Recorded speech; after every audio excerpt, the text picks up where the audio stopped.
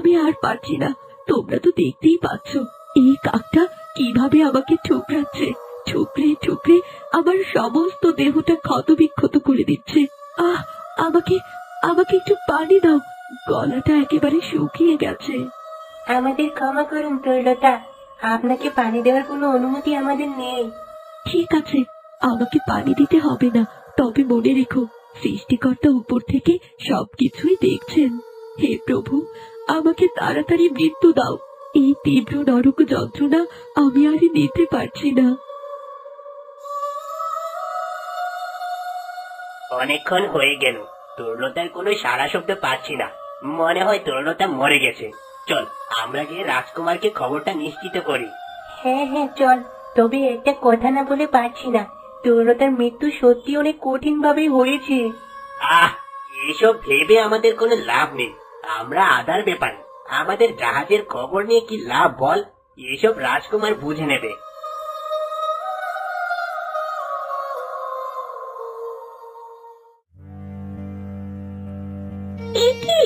একই দৃশ্য দেখছি আমি।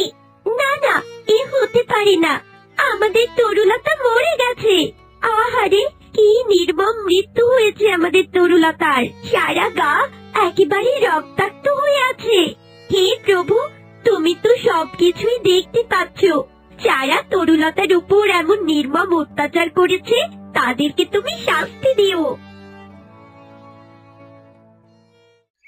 না না, এই সন্ধেবেলা গভীর জঙ্গল দিয়ে হেঁটে যাওয়া একদম ঠিক হচ্ছে না। আর তোমার ঘরের বাইরে বের হওয়াই উচিত হয়নি। কি করবো বলো, আমার মায়ের শরীরটা একদম ভালো নেই, আর তাই তো আজকে তোমাকে নিয়ে মায়ের বাড়িতে ঘুরে এলাম। সাবধানে হাঁটো, এখন তুমি গর্ভবতী। যদি তোমার গর্ভের সন্তানের কোনো ক্ষতি হয়, আমি যে নিজেকে ক্ষমা করতে পারবো না। আহ, মরে গেলাম। কত করে তোমাকে বললাম একটু সাবধানে চলাফেরা করো, তুমি তো আমার কোনো কথাই শুনছো না। খুব বেশি লেগেছে নাকি? দাঁড়াও, এখানে একটু শান্ত হয়ে বসো। ওগো, আমার পেটে খুব ব্যথা করছে। আমার মনে হয় প্রসব ব্যথা শুরু হয়েছে। আমি আর থাকতে পারছি না। হে প্রভু, এখন আমি কি করব? এই ঘন জঙ্গলে তোমাকে নিয়ে কোথায় যাব বলো তো? একটু বিশ্রাম করো, দেখবে ব্যথা একদম কমে যাচ্ছে। আহ, মরে গেলাম। এই ব্যথা কমবার নয়, আমি জানি। এইটা কোনো সাধারণ ব্যথা নয় যে কমে যাবে। এইটা হলো সন্তান আগমনের পূর্বাভাস। তুমি এখানে একটু অপেক্ষা করো, আমি দেখি কোথাও পানি পাওয়া যায় কিনা। কাছেই তো মনে হয় কোথাও একটা জলাশয় আছে। যাই, আমি বরং তোমার জন্য একটু পানি নিয়ে আসি।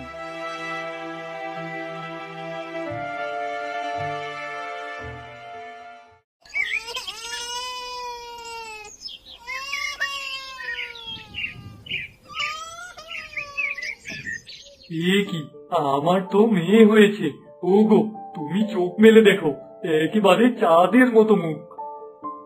আমার মেয়েটার গায়ের রং ধবধবে সাদা। আজ থেকে তোর নাম দিলাম শ্যামা। কিন্তু আমার স্ত্রী এখনো চোখ মেলে তাকাচ্ছে না কেন? কেন গো, শুনছো? ওঠো, আমাদের যে বাড়ি ফিরতে হবে। এ কি, আমার স্ত্রীর হাত এত ঠান্ডা কেন? হে প্রভু, আমার স্ত্রী তো নিঃশ্বাসও নিচ্ছে না। তার মানে কি ও মারা গেছে? তুমি তুমি আমাকে কোন পরীক্ষায় ফেললে প্রভু? এই ছোট্ট বাচ্চাটাকে এখন আমি কি করে মানুষ করব? আমার লক্ষ্মী সোনা, এখন থেকে তোর সব দায়িত্ব আমার। তোর বাবা তোকে খুব ভালোবাসবে। মায়ের অভাব কোনোদিন বুঝতে পারবি না তুই।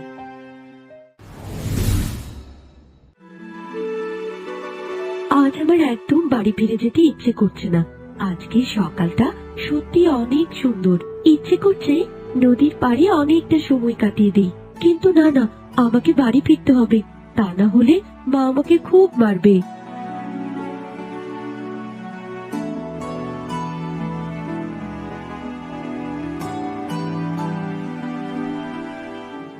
এ কি, এই পাখিটা এমন আহত হয়ে পড়ে আছে কেন? আহারে, এই পাখিটার শরীর থেকে অনেক রক্ত ঝরছে। না না, এই পাখিটাকে এভাবে ফেলে রাখলে হবে না। ওকে সেবা করে আমি সুস্থ করে তুলবো। তরুলতা, এই কাকে দেখছি আমি? এই তো আমাদের তরুলতা।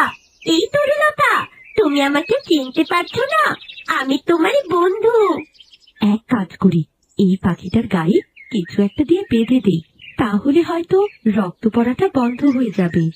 তরুলতা বন্ধু, তুমি আমার কথার উত্তর দিচ্ছ না কেন? এ কি, আমার বন্ধু কেন আমার কথা শুনতে পাচ্ছে না?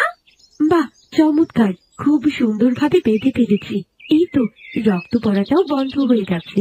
এবারে পাখিটা ধীরে ধীরে সুস্থ হয়ে উঠবে। এখানে অপেক্ষা করলে হবে না, আমাকে বাড়ি ফিরতে হবে, অনেকটাই দেরি হয়ে গেছে। আজ থেকে বহু বছর আগে দেখেছিলাম তরুলতাকে কি নির্মম ভাবেই না রাজকুমার হত্যা করেছিল, কিন্তু এখন তরুলতা কোথা থেকে এলো আমি তো কিছুই বুঝতে পারছি না। এই তো তরুলতা ধীরে ধীরে আমার দিক থেকে চলে যাচ্ছে। দাঁড়াও দাঁড়াও তরুলতা, যেও না। মুখপুরি, এতক্ষণ তোর বাড়ি ফেরার সময় হলো।